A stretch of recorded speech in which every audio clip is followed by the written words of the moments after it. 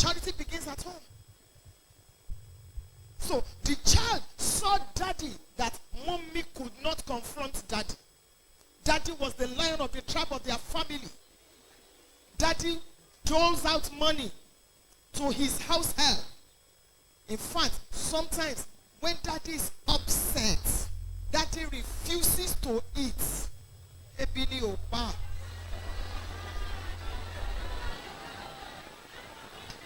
He's not hungry. When he's hungry, he will go and microwave the food of yesterday. So the boy grew up seeing daddy as untouchable. Law of education. Law of learning.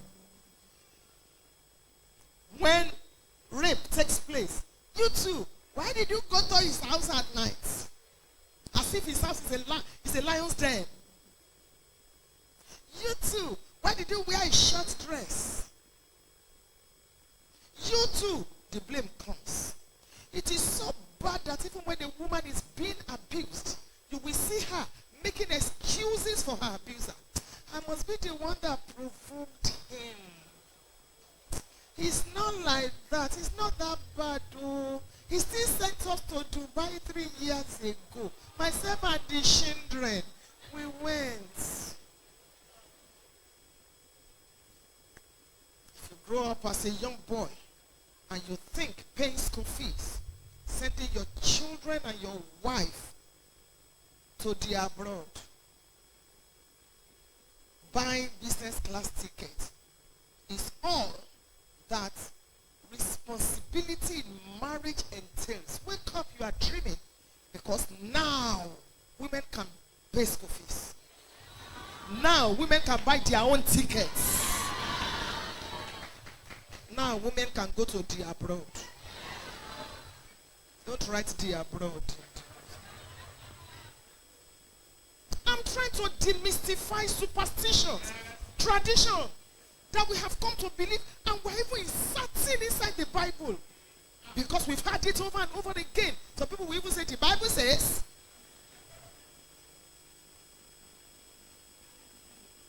And you see authority figures committing this crime. Wedding day. The Bible reading for this wedding is Ephesians chapter 5, beginning from verse 22. Excuse me, sir, what about verse 21? What about verse 21? The little mathematics that I know, 21 precedes 22. How come there is only 22 you always start from? Submitting one to another in the fear of God. How did we get here? I'm just trying to help you trace it. The African culture in particular, where a man can marry as many wives as possible. And they all go to the farm. They all labor, including the man. And when they are returning, the man holds only one useless cutlass, with which he's driving away imaginary flies. And greeting people that do not require his greetings. While the woman carries load with pregnancy, and then she gets home to run to the kitchen again. While the man sits beside or before a transistor radio.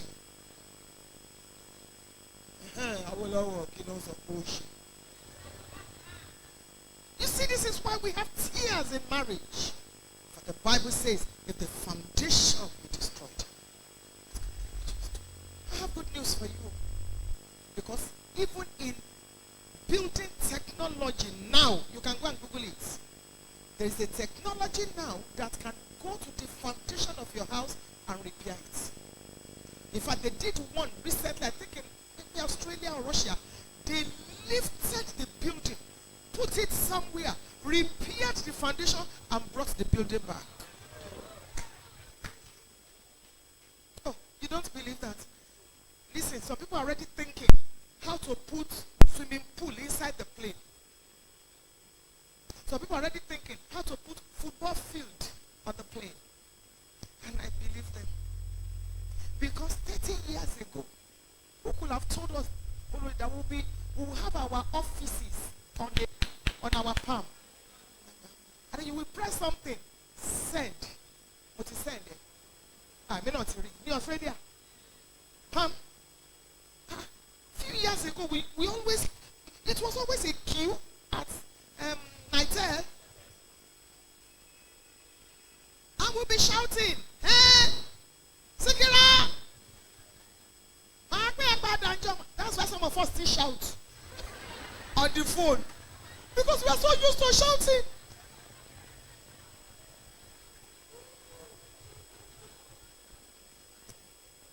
What was modeled to you can be the cause of the tears. Because now the person you want to marry has become aware, is enlightened, and will not take what your mother or your grandmother used to take from your grandfather. And now you say, she's not submitting. Submission, Bible submission is not slavery.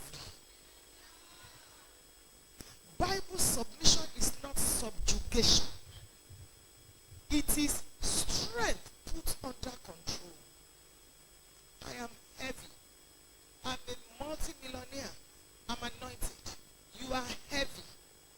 You are a multi-millionaire. You are anointed. I choose to allow you be in charge, because every plane has a pilot, but every plane also has a co-pilot. No husband knows everything. No wife knows everything. It's about synergy. You don't want tears. Your wife knows better about money. Let her manage it. Your husband knows better. There are things I don't even dabble into because it's just not my area. It's just natural for my husband to handle it in the marriage. There are things my husband doesn't even bother about. He knows I will fix it. It's about the synergy. You don't want tears. Stay on your lane. And allow your spouse to shine. To some people, marriage is an organized forum for childbearing and child rearing. They don't want to be giving birth everywhere, so they say, let's get married. Organized forum for childbearing and child rearing. The woman is a baby factory machine. That's it. In Africa, the wife is like a glorified slave. So in the core African culture, there is no marriage. In the Western world, marriage is like a business. For better, for stay, for whatever. Forget about what you see in movies. Make believe. That's not their real life. Some of them are in their 7th marriage. So don't be deceived. It's not everything you see on social media that you should believe. Of course you know. So marriage is neither Western nor African. Marriage is a gift of God. And the blessings of the Lord, it maketh rich, and he addeth no sorrow. Tear that we're talking about here is not the joyful tear. God just teach me well. No, it is tear that comes out of pain. God did not intend that. That's Proverbs 10:22. God did not intend that we will have sorrow in our marriages. Therefore, if we are not going to have sorrow and tears, I want to share a few things with the singles, and then I'll wrap it up with the marriage. I'm a marriage counselor. It will shock you the kind of things that bring tears to marriages. This is how it starts. When you get married, you move from endurance to patience.